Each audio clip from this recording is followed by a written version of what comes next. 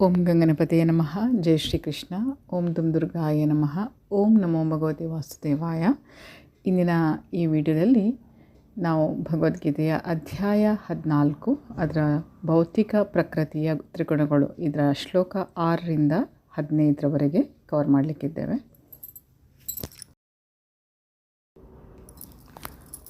ಶ್ಲೋಕ 6. ತತ್ರ ಸತ್ವಂ ನಿರ್ಮಲತ್ವಾತ್ ಪ್ರಕಾಶಕಂ ಅನಾಮಯಂ ಸುಖ ಸಂಗೇನ ಬದ್ನಾತಿ ಜ್ಞಾನ ಸಂಗೇನ ಚ ನಘ. ಪಾಪರಹಿತನೇ, ಸಾತ್ವಿಕ ಗುಣವು ಇತರ ಗುಣಗಳಿಗಿಂತ ನಿರ್ಮಲವಾದುದು. ಆ ಕಾರಣದಿಂದ ಅದು ಪ್ರಕಾಶಮಾನವಾದದ್ದು. ಅದು ಮನುಷ್ಯನನ್ನು ಎಲ್ಲ ಪಾಪಕರ ಪ್ರತಿಕ್ರಿಯೆಗಳಿಗಿಂತ ಬಿಡುಗಡೆ ಮಾಡುತ್ತದೆ. ಈ ಗುಣವನ್ನು ಹೊಂದಿದವರನ್ನು ಸುಖ ಮತ್ತು ಜ್ಞಾನಗಳ ಪ್ರಜ್ಞೆಯು ಬಂಧಿಸುತ್ತದೆ. ಐಹಿಕ ಪ್ರಕೃತಿಯಿಂದ ಬದ್ಧರಾದ ಜೀವಿಗಳು ಹಲವು ಬಗೆಯವರು. ಒಬ್ಬನು ಸುಖವಾಗಿರುತ್ತಾನೆ, ಮತ್ತೊಬ್ಬನು ಬಹು ಚಟುವಟಿಕೆಯಿಂದ ಇರುತ್ತಾನೆ, ಇನ್ನೊಬ್ಬನು ನಿಸ್ಸಹಾಯಕನಾಗಿರುತ್ತಾನೆ. ಈ ಎಲ್ಲ ಬಗೆಗಳ ಮಾನಸಿಕ ಅಭಿವ್ಯಕ್ತಿಗಳು ಪ್ರಕೃತಿಯಲ್ಲಿ ಜೀವಿಗಳ ಬದ್ಧಸ್ಥಿತಿಗೆ ಕಾರಣ. ಅವು ಹೇಗೆ ಭಿನ್ನವಾಗಿ ಬದ್ಧವಾಗಿರುತ್ತದೆ ಎನ್ನುವುದನ್ನು ಭಗವದ್ಗೀತೆ ಈ ವಿಭಾಗದಲ್ಲಿ ವಿವರಿಸಿದೆ. ಸತ್ವಗುಣವನ್ನು ಮೊದಲು ಪರಿಶೀಲಿಸಿದೆ. ಈ ಐಹಿಕ ಜಗತ್ತಿನಲ್ಲಿ ಸತ್ವಗುಣವನ್ನು ಬೆಳೆಸಿಕೊಳ್ಳುವುದರ ಪರಿಣಾಮವೆಂದರೆ ಅಂತಹ ಮನುಷ್ಯನು ಹೀಗಿಲ್ಲದೆ ಬದ್ಧರಾಗಿರುವವರಿಗಿಂತ ಬುದ್ಧಿವಂತನಾಗುತ್ತಾನೆ. ಸತ್ವಗುಣವಿರುವವನ ಮೇಲೆ ಐಹಿಕ ದುಃಖಗಳು ಅಷ್ಟು ಪರಿಣಾಮವನ್ನು ಮಾಡುವುದಿಲ್ಲ ಮತ್ತು ಅವನಿಗೆ ಐಹಿಕ ಜ್ಞಾನದಲ್ಲಿ ಮುಂದುವರಿಯುತ್ತಿರುವಂತಹ ಭಾವನೆ ಇರುತ್ತದೆ. ಇವರ ಪ್ರತಿನಿಧಿ ಬ್ರಾಹ್ಮಣ. ಅವನು ಸತ್ವಗುಣದಲ್ಲಿ ನೆಲೆಸಿದ್ದಾನೆ ಎಂದು ಭಾವಿಸಲಾಗುತ್ತದೆ. ಸತ್ವಗುಣದಿಂದ ಮನುಷ್ಯನು ಪಾಪಕರ್ಮಗಳಿಂದ ಸ್ವಲ್ಪ ಹೆಚ್ಚು ಕಡಿಮೆ ಮುಕ್ತನೇ ಆಗುತ್ತಾನೆ ಎನ್ನುವುದನ್ನು ಅರ್ಥ ಮಾಡಿಕೊಳ್ಳುವುದೇ ಈ ಸುಖದ ಭಾವನೆಗೆ ಕಾರಣ. ವಾಸ್ತವವಾಗಿ ಸತ್ವಗುಣ ಎಂದರೆ ಹೆಚ್ಚಿನ ಜ್ಞಾನ ಮತ್ತು ಹೆಚ್ಚಿನ ಸುಖದ ಭಾವನೆ ಎಂದರ್ಥ ಎಂದು ವೇದ ಸಾಹಿತ್ಯದಲ್ಲಿ ಹೇಳಲಾಗಿದೆ. ಇಲ್ಲಿ ಒಂದು ಕಷ್ಟ ಇದೆ. ಜೀವಿಯು ಸತ್ವಗುಣದಲ್ಲಿದ್ದಾಗ ತಾನು ಜ್ಞಾನದಲ್ಲಿ ಮುಂದುವರೆದಿದ್ದೇನೆ ಮತ್ತು ಇತರರಿಗಿಂತ ಶ್ರೇಷ್ಠ ಎನ್ನಿಸುವಂತೆ ಬದ್ಧ ಸ್ಥಿತಿಗೆ ಬರುತ್ತಾನೆ. ಹೀಗೆ ಅವನು ಬದ್ಧನಾಗುತ್ತಾನೆ. ಇದಕ್ಕೆ ಅತ್ಯುತ್ತಮ ಉದಾಹರಣೆ ಎಂದರೆ ವಿಜ್ಞಾನಿ ಮತ್ತು ತತ್ವಶಾಸ್ತ್ರಜ್ಞ. ಇಬ್ಬರಿಗೂ ತಮ್ಮ ಜ್ಞಾನದ ವಿಷಯದಲ್ಲಿ ತುಂಬ ಹೆಮ್ಮೆ. ಸಾಮಾನ್ಯವಾಗಿ ಅವರು ತಮ್ಮ ಜೀವನದ ಸ್ಥಿತಿಗತಿಗಳನ್ನು ಉತ್ತಮಗೊಳಿಸಿಕೊಳ್ಳುವುದರಿಂದ ಒಂದು ಬಗೆಯ ಐಹಿಕ ಸುಖದ ಭಾವನೆ ಬರುತ್ತದೆ. ಬದ್ಧ ಬದುಕಿನಲ್ಲಿನ ಈ ಹೆಚ್ಚಿನ ಸುಖದ ಭಾವನೆಯಿಂದ ಅವರು ಐಹಿಕ ಪ್ರಕೃತಿಯ ಸತ್ವಗುಣದಿಂದ ಬಂಧಿತರಾಗುತ್ತಾರೆ. ಇದರಿಂದ ಸತ್ವಗುಣದಲ್ಲಿ ಕೆಲಸ ಮಾಡುವುದರತ್ತ ಅವರು ಆಕರ್ಷಿತರಾಗುತ್ತಾರೆ.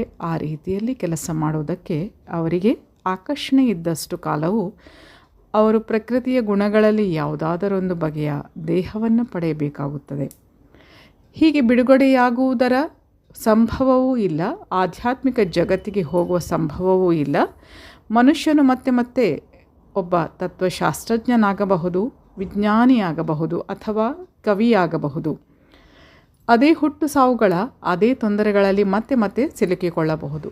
ಆದರೆ ಐಹಿಕ ಶಕ್ತಿಯ ಮಾಯೆಯಿಂದ ಈ ಬಗೆಯ ಬದುಕು ಸಂತೋಷಕರವಾಗಿದೆ ಎಂದು ಮನುಷ್ಯನು ಭಾವಿಸುತ್ತಾನೆ. ಶ್ಲೋಕ 7. ರಜಃ ರಾಗ ಆತ್ಮಕಂ ವಿದ್ಧಿ ತೃಷ್ಣಾ ಸಂಗ ಸಮುದ್ಭವಂ ತತ್ ನಿಬಧ್ನಾನಿ ಕೌಂತೆಯ ಕರ್ಮಸಂಗೇನ ದೇಹಿನಂ. ಕುಂತಿಯ ಮಗನಾದ ಅರ್ಜುನ, ರಜೋಗುಣವು ಮಿತಿಯಿಲ್ಲದ ಆಸೆಗಳು ಮತ್ತು ಬಯಕೆಗಳಿಂದ ಹುಟ್ಟುತ್ತದೆ. ಇದರಿಂದ ದೇಹಧಾರಿಯಾದ ಜೀವಿಯು ಐಹಿಕ ಕಾಮ್ಯ ಕರ್ಮಗಳಲ್ಲಿ ಸಿಕ್ಕಿಹಾಕಿಕೊಳ್ಳುತ್ತಾನೆ. ಸ್ತ್ರೀ ಪುರುಷರ ಪರಸ್ಪರ ಆಕರ್ಷಣೆಯು ರಜೋಗುಣದ ಒಂದು ಲಕ್ಷಣ. ಹೆಂಗಸು ಗಂಡಸನ್ನು ಆಕರ್ಷಿಸುತ್ತಾಳೆ ಮತ್ತು ಗಂಡಸು ಹೆಂಗಸನ್ನು ಆಕರ್ಷಿಸುತ್ತಾನೆ. ಇದಕ್ಕೆ ರಜೋಗುಣ ಎಂದು ಹೆಸರು. ರಜೋಗುಣವು ಹೆಚ್ಚಾದಾಗ ಮನುಷ್ಯನಿಗೆ ಐಹಿಕ ಭೋಗದ ಹಂಬಲ ಉಂಟಾಗುತ್ತದೆ. ಅವನು ಇಂದ್ರಿಯ ತೃಪ್ತಿಯನ್ನು ಬಯಸುತ್ತಾನೆ. ಇಂದ್ರಿಯ ತೃಪ್ತಿಗಾಗಿ ರಜೋಗುಣದ ಮನುಷ್ಯನು ಸಮಾಜದಲ್ಲಿ ಅಥವಾ ದೇಶದಲ್ಲಿ ಗೌರವವನ್ನು ಬಯಸುತ್ತಾನೆ. ಅವನಿಗೆ ಒಳ್ಳೆಯ ಮಕ್ಕಳು, ಹೆಂಡತಿ ಮತ್ತು ಮನೆಗಳಿಂದ ಕೂಡಿದಂತಹ ಸುಖವಾದ ಸಂಸಾರ ಬೇಕು. ಇವು ರಜೋಗುಣದಿಂದ ಹುಟ್ಟಿದವು. ಮನುಷ್ಯನಿಗೆ ಈ ಹಂಬಲಗಳು ಇದ್ದಷ್ಟು ದಿನವೂ ಅವನು ಬಹಳ ಕಷ್ಟಪಟ್ಟು ಕೆಲಸ ಮಾಡಬೇಕಾಗುತ್ತದೆ. ಆದ್ದರಿಂದ ಆತನಿಗೆ ತನ್ನ ಕಾಮ್ಯ ಕರ್ಮಗಳ ಫಲದ ಸಂಗ ಆಗುತ್ತದೆ. ಇದರಿಂದ ಅವನು ಅಂತಹ ಚಟುವಟಿಕೆಗಳ ಬಂದಿಯಾಗುತ್ತಾನೆ. ತನ್ನ ಹೆಂಡತಿ, ಮಕ್ಕಳು ಮತ್ತು ಸಮಾಜವನ್ನು ಸುಪ್ರೀತಗೊಳಿಸಲು ಮತ್ತು ತನ್ನ ಪ್ರತಿಷ್ಠೆಯನ್ನು ಉಳಿಸಿಕೊಳ್ಳಲು ಮನುಷ್ಯನು ಕೆಲಸ ಮಾಡಬೇಕಾಗುತ್ತದೆ. ಆದ್ದರಿಂದ ಸಮಸ್ತ ಐಹಿಕ ಜಗತ್ತು ಸ್ವಲ್ಪ ಹೆಚ್ಚು ಕಡಿಮೆ ರಜೋಗುಣದಲ್ಲಿದೆ. ರಜೋಗುಣದ ಮಟ್ಟದಲ್ಲಿ ಆಧುನಿಕ ನಾಗರಿಕತೆಯು ಮುಂದುವರಿದಿದೆ ಎಂದು ಭಾವಿಸಲಾಗುತ್ತದೆ. ಹಿಂದಿನ ಕಾಲದಲ್ಲಿ ಮುಂದುವರಿದಂತಹ ಸ್ಥಿತಿಯು ಸತ್ವಗುಣದಲ್ಲಿನದು ಎಂದು ಭಾವಿಸಲಾಗುತ್ತಿತ್ತು. ಸತ್ವಗುಣದವರಿಗೆ ಬಿಡುಗಡೆ ಇಲ್ಲದಿರುವಾಗ ರಜೋಗುಣದಲ್ಲಿ ಸಿಕ್ಕಿ ಹಾಕಿಕೊಂಡಿರುವವನ ಅವರ ವಿಷಯ ಹೇಳುವುದೇನಿದೆ? ಶ್ಲೋಕ 8. ತಮಃ ತು ಅಜ್ಞಾನಜಂ ವಿದ್ಧಿ ಮೋಹನಂ ಸರ್ವದೇಹೀನಾಂ ಪ್ರಮಾದ ಆಲಸ್ಯ ನಿದ್ರಾಭಿಃ ತತ್ ನಿಬಧ್ನಾತಿ ಭಾರತ.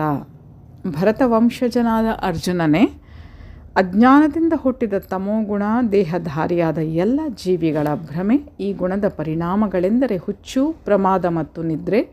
ಇವು ಬದ್ಧ ಆತ್ಮನನ್ನು ಬಂಧಿಸುತ್ತದೆ. ಈ ಶ್ಲೋಕದಲ್ಲಿ ತು ಎನ್ನುವಂತಹ ಪದ ನಿಖರವಾದ ಅನ್ವಯವು ಅರ್ಥವತ್ತಾಗಿದೆ. ತಮೋಗುಣವು ಬದ್ಧ ಆತ್ಮನ ಒಂದು ಬಹು ವಿಶಿಷ್ಟ ಗುಣ ಎಂದು ಇದರ ಅರ್ಥ. ತಮೋಗುಣವು ಸತ್ವಗುಣಕ್ಕೆ ವಿರುದ್ಧವಾದದ್ದು. ಸತ್ವಗುಣದಲ್ಲಿ ಮನುಷ್ಯನು ಜ್ಞಾನವನ್ನು ಬೆಳೆಸಿಕೊಂಡು ಪ್ರತಿಯೊಂದು ವಿಷಯವನ್ನು ಅರ್ಥ ಮಾಡಿಕೊಳ್ಳಬಲ್ಲ. ಆದರೆ ತಮೋಗುಣವು ಇದಕ್ಕೆ ವಿರುದ್ಧವಾದದ್ದು. ತಮೋಗುಣದ ಪ್ರಭಾವಕ್ಕೆ ಸಿಕ್ಕ ಪ್ರತಿಯೊಬ್ಬನು ಹುಚ್ಚನಾಗುತ್ತಾನೆ. ಹುಚ್ಚನು ಯಾವುದು ಏನು ಎಂದು ಅರ್ಥ ಮಾಡಿಕೊಳ್ಳಲಾರ. ಮುನ್ನಡೆಯುವ ಬದಲು ಅವನು ಕೀಳು ಸ್ಥಿತಿಗೆ ಬರುತ್ತಾನೆ. ತಮೋಗುಣದ ವಿವರಣೆಯು ವೇದ ಸಾಹಿತ್ಯದಲ್ಲಿ ಕಾಣುತ್ತದೆ. ವಸ್ತು ಯಥಾತ್ಮ್ಯ ಜ್ಞಾನಾವರಕಂ ವಿಪರ್ಯಯ ಜ್ಞಾನಜನಕಂ ತಮಃ. ಅಜ್ಞಾನದ ಪ್ರಭಾವದಿಂದ ಮನುಷ್ಯನಿಗೆ ವಸ್ತು ಇರುವಂತೆಯೇ ತಿಳಿದುಕೊಳ್ಳಲು ಸಾಧ್ಯ ಆಗುವುದಿಲ್ಲ. ಉದಾಹರಣೆಗೆ, ಪ್ರತಿಯೊಬ್ಬನು ತನ್ನ ಅಜ್ಜನು ಸತ್ತಿದ್ದಾನೆ, ಆದ್ದರಿಂದ ತಾನು ಸಾಯುತ್ತೇನೆ ಎನ್ನುವುದನ್ನು ಕಾಣಬಲ್ಲ. ಮನುಷ್ಯನಿಗೆ ಸಾವು ಉಂಟು, ಅವನಿಗೆ ಹುಟ್ಟುವ ಮಕ್ಕಳು ಸಾಯುತ್ತಾರೆ, ಆದ್ದರಿಂದ ಸಾವು ಖಂಡಿತ. ಆದರೂ ಮನುಷ್ಯರು ಹುಚ್ಚಾಗಿ ಹಗಲು ರಾತ್ರಿ ಕಷ್ಟಪಟ್ಟು ಹಣವನ್ನು ಸಂಗ್ರಹಿಸುತ್ತಾರೆ. ನಿತ್ಯವಾದ ಚೇತನಕ್ಕೆ ಲಕ್ಷ್ಯ ಕೊಡುವುದಿಲ್ಲ. ಇದು ಹುಚ್ಚು. ತಮ್ಮ ಹುಚ್ಚಿನಲ್ಲಿ ಅವರು ಆಧ್ಯಾತ್ಮಿಕ ತಿಳುವಳಿಕೆಯಲ್ಲಿ ಮುನ್ನಡೆಯಲು ಇಷ್ಟವನ್ನೇ ಪಡುವುದಿಲ್ಲ. ಅಂತಹ ಜನರು ಬಹಳ ಸೋಮಾರಿಗಳು. ಆಧ್ಯಾತ್ಮಿಕ ತಿಳುವಳಿಕೆಗಾಗಿ ಇತರರೊಡನೆ ಸೇರಿಕೊಳ್ಳುವಂತೆ ಅವರನ್ನು ಆಹ್ವಾನಿಸಿದಾಗ ಅವರಿಗೆ ಹೆಚ್ಚು ಆಸಕ್ತಿ ಇರುವುದಿಲ್ಲ. ರಜೋಗುಣವು ನಿಯಂತ್ರಿಸುವಂತಹ ಮನುಷ್ಯನಂತೆ ಸಹ ಅವರು ಚಟುವಟಿಕೆಯಿಂದ ಇರುವುದಿಲ್ಲ. ತಮೋಗುಣದಲ್ಲಿ ಮುಳುಗಿ ಹೋಗಿರುವವನ ಇನ್ನೊಂದು ಲಕ್ಷಣ ಎಂದರೆ ಅವನು ಅಗತ್ಯಕ್ಕಿಂತ ಹೆಚ್ಚು ನಿದ್ರೆ ಮಾಡುತ್ತಾನೆ. 6 ಗಂಟೆಗಳ ನಿದ್ರೆ ಸಾಕು. ಆದರೆ ಅಜ್ಞಾನದ ಗುಣದ ಮನುಷ್ಯನು ಪ್ರತಿದಿನವೂ ಕೊನೆಯ ಪಕ್ಷ 10-12 ಗಂಟೆ ನಿದ್ರೆ ಮಾಡುತ್ತಾನೆ. ಇಂತಹ ಮನುಷ್ಯನು ಸದಾ ನಿರುತ್ಸಾಹಿಯಾಗಿರುವಂತೆ ಕಾಣುತ್ತಾನೆ. ಅವನಿಗೆ ಮಾದಕ ವಸ್ತುಗಳ ಸೇವನೆಯ ಮತ್ತು ನಿದ್ರೆಯ ಚಟ ಇರುತ್ತೆ. ತಮೋಗುಣದಿಂದ ಬದ್ಧನಾದ ಮನುಷ್ಯನ ಲಕ್ಷಣಗಳು ಇವು. ಶ್ಲೋಕ 9.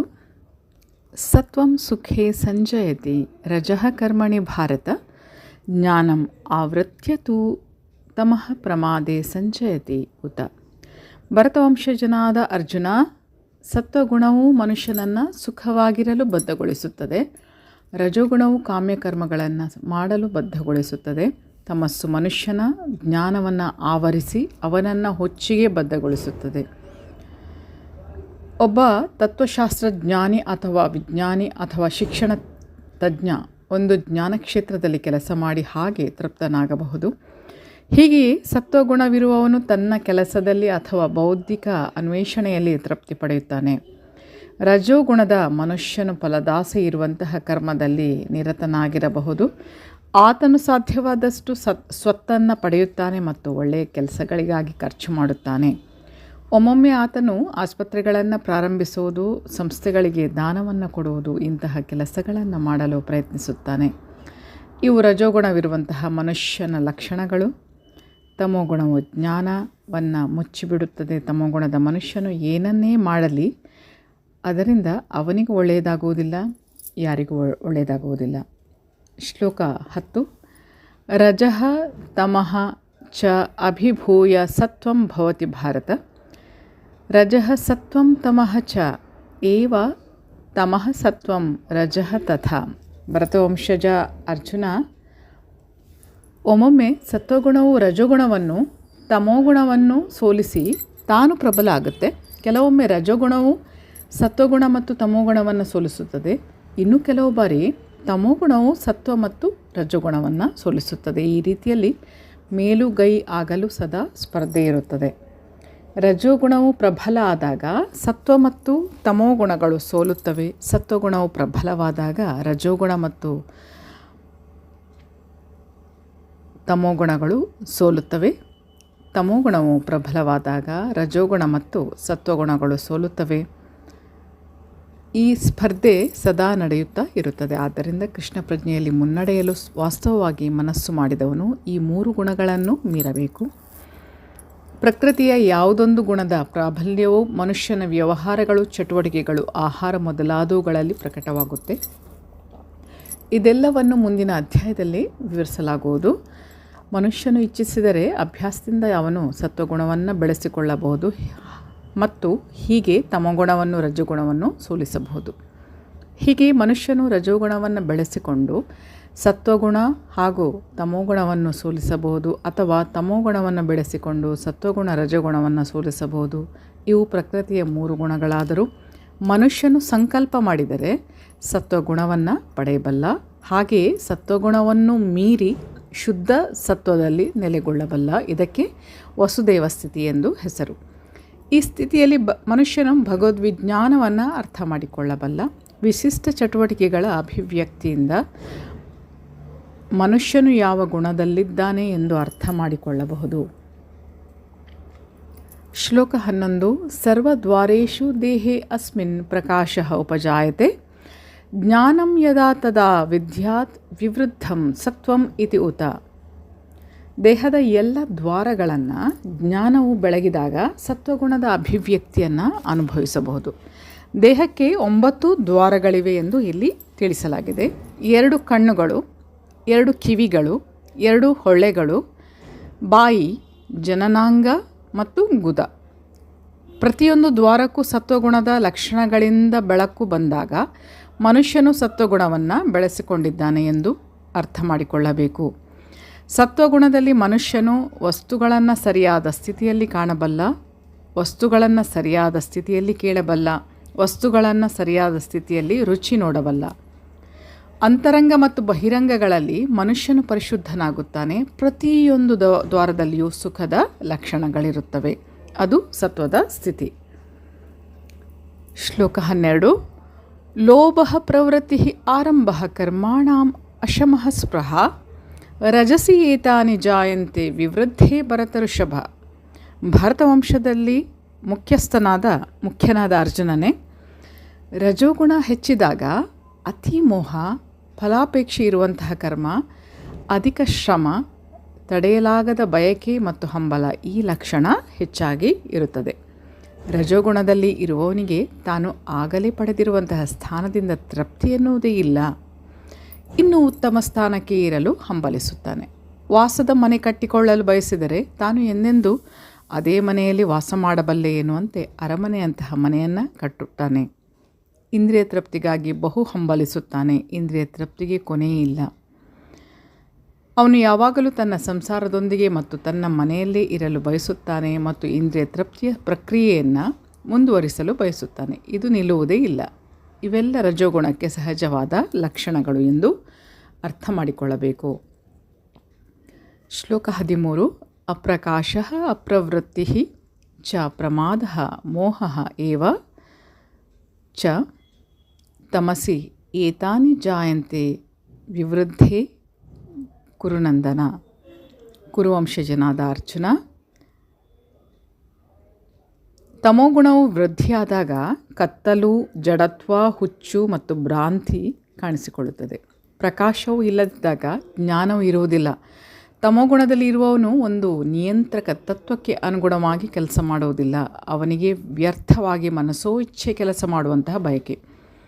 ಅವನಿಗೆ ಕೆಲಸ ಮಾಡುವ ಶಕ್ತಿ ಇದ್ದರೂ ಪ್ರಯತ್ನ ಮಾಡುವುದಿಲ್ಲ. ಇದಕ್ಕೆ ಭ್ರಾಂತಿ ಎಂದು ಹೆಸರು. ಪ್ರಜ್ಞೆಯು ಕೆಲಸ ಮಾಡುತ್ತಿದ್ದರೂ ಬದುಕಿನಲ್ಲಿ ಚಟುವಟಿಕೆ ಇರುವುದಿಲ್ಲ. ತಮೋಗುಣದಲ್ಲಿ ಇರುವವನ ಲಕ್ಷಣಗಳು ಇವು. ಶ್ಲೋಕ 14. ಯದಾ ಸತ್ವೇ ಪ್ರವೃದ್ಧಿ ತು ಪ್ರಲಯಂ ಯಾತಿ ದೇಹಭೃತ್ ತದಾ ಉತ್ತಮವಿದಾಂ ಲೋಕಾನ್ ಅಮಲಾನ್ ಪ್ರತಿಪದ್ಯತೆ. ಸತ್ವಗುಣದಲ್ಲಿ ಮನುಷ್ಯನು ಸತ್ತರೆ ಅವನು ಮಹರ್ಷಿಗಳ ಪರಿಶುದ್ಧವಾದ ಉನ್ನತ ಲೋಕಗಳನ್ನು ತಲುಪುತ್ತಾನೆ. ಸತ್ವಗುಣದಲ್ಲಿ ಇರುವವನು ಬ್ರಹ್ಮಲೋಕ ಅಥವಾ ಜನಲೋಕಗಳಂತಹ ಉನ್ನತ ಲೋಕಗಳನ್ನು ಸೇರುತ್ತಾನೆ ಮತ್ತು ಅಲ್ಲಿ ಸ್ವರ್ಗ ಸುಖವನ್ನು ಅನುಭವಿಸುತ್ತಾನೆ. ಅಮಲಾನ್ ಎನ್ನುವ ಪದವು ಮಹತ್ವವಾದದ್ದು, ರಜೋಗುಣ ತಮೋಗುಣಗಳಿಂದ ಮುಕ್ತವಾದದ್ದು ಎಂದು ಅದರ ಅರ್ಥ. ಐಹಿಕ ಜಗತ್ತಿನಲ್ಲಿ ಕಶ್ಮಲಗಳಿವೆ, ಆದರೆ ಸತ್ವಗುಣವು ಐಹಿಕ ಜಗತ್ತಿನ ಅಸ್ತಿತ್ವದ ಅತ್ಯಂತ ಪರಿಶುದ್ಧ ರೂಪ. ಬೇರೆ ಬೇರೆ ರೀತಿಗಳ ಜೀವಿಗಳಿಗೆ ಬೇರೆ ಬೇರೆ ರೀತಿಗಳ ಲೋಕ ಇದೆ. ಸತ್ವಗುಣದಲ್ಲಿ ಮರಣ ಹೊಂದಿದವರು ಮಹರ್ಷಿಗಳು, ಮಹಾಭಕ್ತರು ಇರುವಂತಹ ಲೋಕಗಳಿಗೆ ಏರ್ತಾರೆ. ಶ್ಲೋಕ 15. ರಜಸಿ ಪ್ರಲಯಂ ಗತ್ವಾ ಕರ್ಮಸಂಗಿಷು ಜಾಯತೆ ತಥಾ ಪ್ರಲೀನಃ ತಮಸಿ ಮೂಢಯೋನೀಷು ಜಾಯತೆ. ರಜೋಗುಣದಲ್ಲಿ ಮರಣ ಹೊಂದುವಂತಹ ಮನುಷ್ಯನು ಫಲಾಪೇಕ್ಷೆ ಇರುವಂತಹ ಕರ್ಮಗಳಲ್ಲಿ ತೊಡಗಿರುವವರ ಮಧ್ಯೆ ಹುಟ್ಟುತ್ತಾನೆ. ತಮೋಗುಣದಲ್ಲಿ ಮನುಷ್ಯನು ಸತ್ತರೆ ಆಗ ಪ್ರಾಣಿ ವರ್ಗದಲ್ಲಿ ಹುಟ್ಟುತ್ತಾನೆ. ಆತ್ಮವು ಮನುಷ್ಯ ಜೀವನದ ನೆಲೆಯನ್ನು ತಲುಪಿದರೆ ಅದಕ್ಕೆ ಮತ್ತೆ ಅಧಃಪತನ ಆಗೋದೇ ಇಲ್ಲ ಎಂದು ಕೆಲವರ ಭಾವನೆ. ಇದು ಸರಿಯಲ್ಲ. ಈ ಶ್ಲೋಕದಲ್ಲಿ ಹೇಳಿರುವ ಪ್ರಕಾರ ಮನುಷ್ಯನು ತಮೋಗುಣವನ್ನು ಬೆಳೆಸಿಕೊಂಡರೆ ಅವನು ಸತ್ತ ನಂತರ ಪ್ರಾಣಿ ರೂಪಕ್ಕೆ ಇಳಿಯುತ್ತಾನೆ. ಮತ್ತೆ ಮನುಷ್ಯ ಜೀವನಕ್ಕೆ ಬರಲು ಅವನು ವಿಕಾಸ ಪ್ರಕ್ರಿಯೆಯಿಂದ ತನ್ನನ್ನು ಮೇಲಕ್ಕೆ ಎತ್ತಿಕೊಳ್ಳಬೇಕಾಗುತ್ತದೆ. ಆದ್ದರಿಂದ ಮನುಷ್ಯ ಜೀವನದ ವಿಷಯದಲ್ಲಿ ಗಂಭೀರವಾದ ಆಸಕ್ತಿ ಇರುವವರು ಸತ್ವಗುಣವನ್ನು ಆರಿಸಿಕೊಳ್ಳಬೇಕು. ಒಳ್ಳೆಯ ಸಹವಾಸದಲ್ಲಿ ಗುಣಗಳನ್ನು ಮೀರಬೇಕು. ಕೃಷ್ಣ ಪ್ರಜ್ಞೆಯಲ್ಲಿ ನೆಲೆಸಬೇಕು. ಇದು ಮನುಷ್ಯನ ಜೀವನದ ಗುರಿ. ಇಲ್ಲವಾದರೆ ಮನುಷ್ಯನು ಮತ್ತೆ ಮನುಷ್ಯನ ಅಂತಸ್ತಿಗೆ ಬರುತ್ತಾನೆ ಎನ್ನುವುದು ಖಚಿತ ಇಲ್ಲ. ಮೈ ಡಿಯರ್ ಫ್ರೆಂಡ್ಸ್, ಮುಂದಿನ ಶ್ಲೋಕಗಳನ್ನು ಮುಂದಿನ ವಿಡಿಯೋದ ಮೂಲಕ ತಗೊಂಬಂದಿರ್ತೇನೆ. ಅಲ್ಲಿಯವರೆಗೆ ಧನ್ಯವಾದಗಳು. Please take care. Have a good day. ಜೈ ಶ್ರೀ ಶಕ್ತಿ, ಜಯ ಮಾ ಕಾಳಿ, ಜೈ ಶ್ರೀಕೃಷ್ಣ. ಶ್ರೀಕೃಷ್ಣಾರ್ಪಣಮಸ್ತು. Thank you.